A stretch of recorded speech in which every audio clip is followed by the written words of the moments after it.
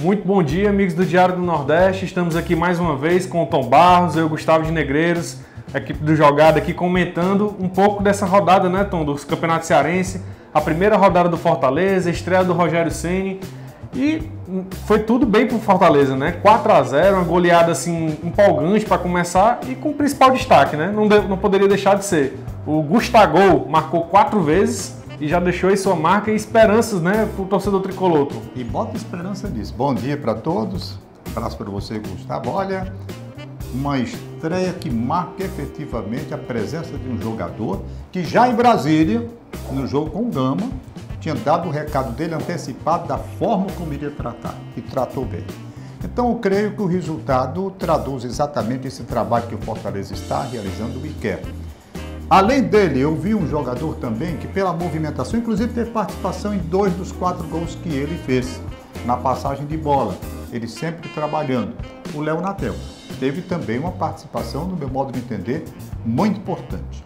O time do Uniclinic dirão certamente, bom, 4-0 aqui, goleada lá em Brasília, porque os adversários não eram adversários assim tão fortes. Eu discordo. Eu acho que é produto de um trabalho. Que o Uniclinic tem as suas fragilidades, isso tem. A gente observou. Mas assim mesmo foi um time que teve até ousadia de, em alguns momentos, tentar nivelar o jogo sem aquela história de jogar atrás por ser time menor. Dizem que facilitou a vida do Fortaleza. Gente, o Fortaleza está perfeito? Não. É um time que está começando a trabalhar? É. Mas é um time que está apresentando definições interessantes. A proposta que o Rogério Ceni quer. Por exemplo, o número de gols em Brasília com o número de gols aqui em Fortaleza, o que isso traduz? A proposta ofensiva que o Rogério Ceni vai querer para o time tricolor. Com os elementos que ele tem, ele está conseguindo. Certamente, quando pegar um adversário mais difícil, mais fechado, que queira fazer uma retranca, vai ter dificuldades. Mas qual o time que não tem dificuldade quando pega uma retranca? Nem a seleção brasileira. Sempre que encontra dificuldade na hora de uma retranca, tem seus percalços para poder sair. Então tá aí o Fortaleza começando. Só não gostei de uma coisa, Gustavo, o número de torcedores. Eu calculava, pela empolgação de uma estreia, com o Rogério Ceni, com as contratações, tudo aquele negócio, eu calculava um público de 7.000 a 8.000 torcedores no estádio Presidente Vargas, é bem menor. A explicação, segundo eu procurei ouvir, pelo menos o pessoal próprio do Fortaleza, é que o jogo era do Uniclinic, quer dizer, o mando de campo do Uniclinic. Na volta, então, por isso a torcida do Fortaleza espera para ir o próximo jogo, que é o mando de campo do Fortaleza, e vai lá na maior escala, até com benefício daquela questão do sócio-torcedor. Mas eu não penso assim, não. Eu acho que ontem era para a torcida do Fortaleza ter comparecido pelo aspecto da estreia, de começar, como eu tenho batido aqui, num ano importante que é o ano do centenário. Foi um começo maravilhoso para o Campeonato Cearense, o time como um todo jogou bem. Mais uma vez o Boeck fazendo defesas que mostra que ele vem trazendo no ano passado o mesmo nível, o mesmo padrão. E eu creio que não poderia ter sido mais animadora esta estreia do Fortaleza.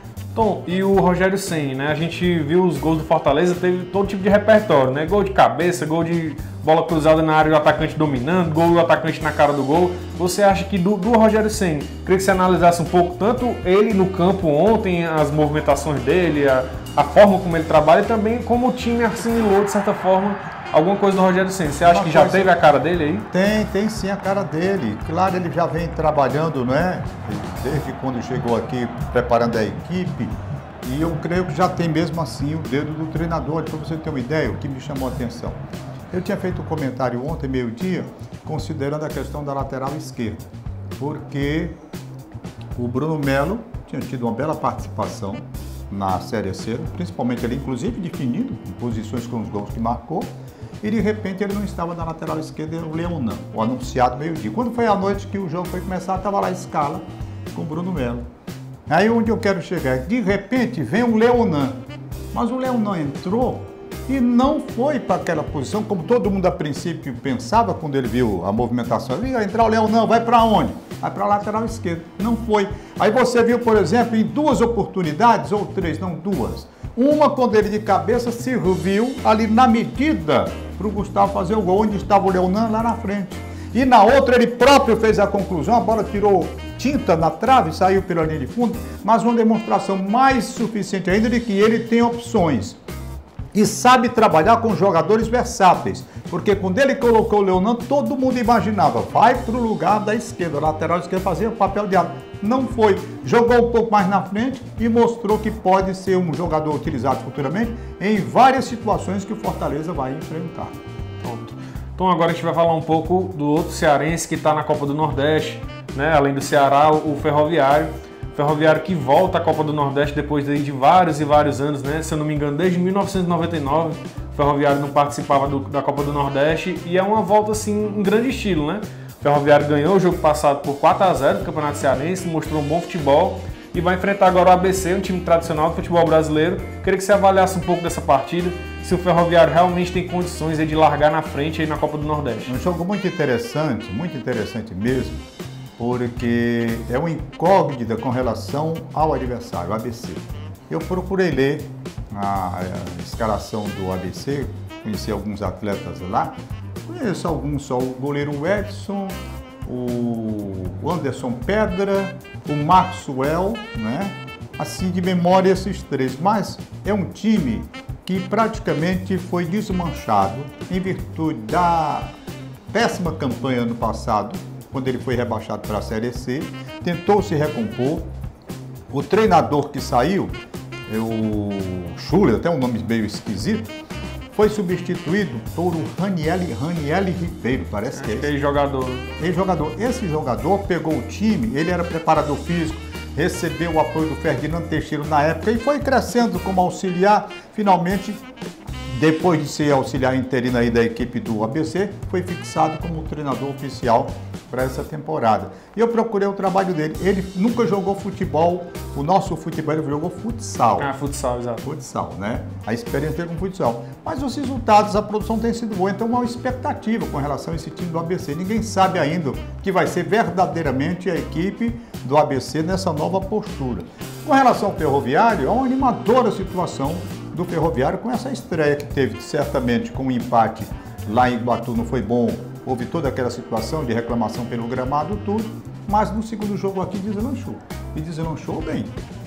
4-0 em cima do Horizonte, convenhamos que é um placar bem avantajado para uma equipe treinada pelo Marcelo Vilar, que tem feito um bom trabalho. Eu até me surpreendi, eu esperava ali um jogo tão difícil quanto foi lá em Iguatu. O Horizonte havia ganho o primeiro jogo, né? Havia ganho o primeiro jogo do Guarani.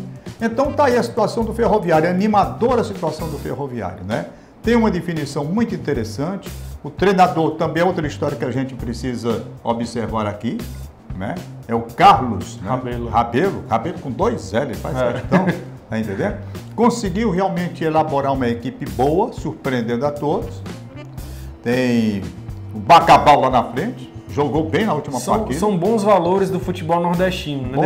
Desse futebol de interior. Eles conseguiram pensar, né? O Paraíba está também junto lá. Quer dizer, tem o Glauber, o Janeu, tem o Glauber. O Glauber está lesionado. Está lesionado, não vai. Vinha do ano passado, fez um belo trabalho ano passado. Então eles têm o Túlio, que o Erandi como opção que já entrou até no jogo. Mas é um time que a gente conhece. O outro, pelo menos conhece boa parte. O outro a gente não conhece. Né? O Ferroviário tem as opções que a gente tem também. O Mota, que pode ter essa experiência e esse papel importante no jogo de hoje. O outro a gente não sabe. Sabe, porém, uma coisa, e aí é importante também para a torcida do Ferroviário, é que o ABC, não obstante essa transformação por que está passando, é um time de grande tradição no futebol nordestino, e é preciso ter muito cuidado com ele. Pronto. Tom, agradeço mais uma vez, obrigado. Valeu. Amanhã a gente está de volta de novo, comentando a rodada aí do dia. Queira Deus que com vitória, né? Sim. E vamos ver como é que o Ferroviário vai se comportar. Você pode conferir toda a cobertura do jogo do Ferroviário no Diário do Nordeste e também a matéria amanhã no Caderno Jogado do Jornal Diário do Nordeste. Agradeço a audiência e comentem aí no Facebook, nas redes sociais. Deixem seus comentários, suas dicas pra gente. Obrigado.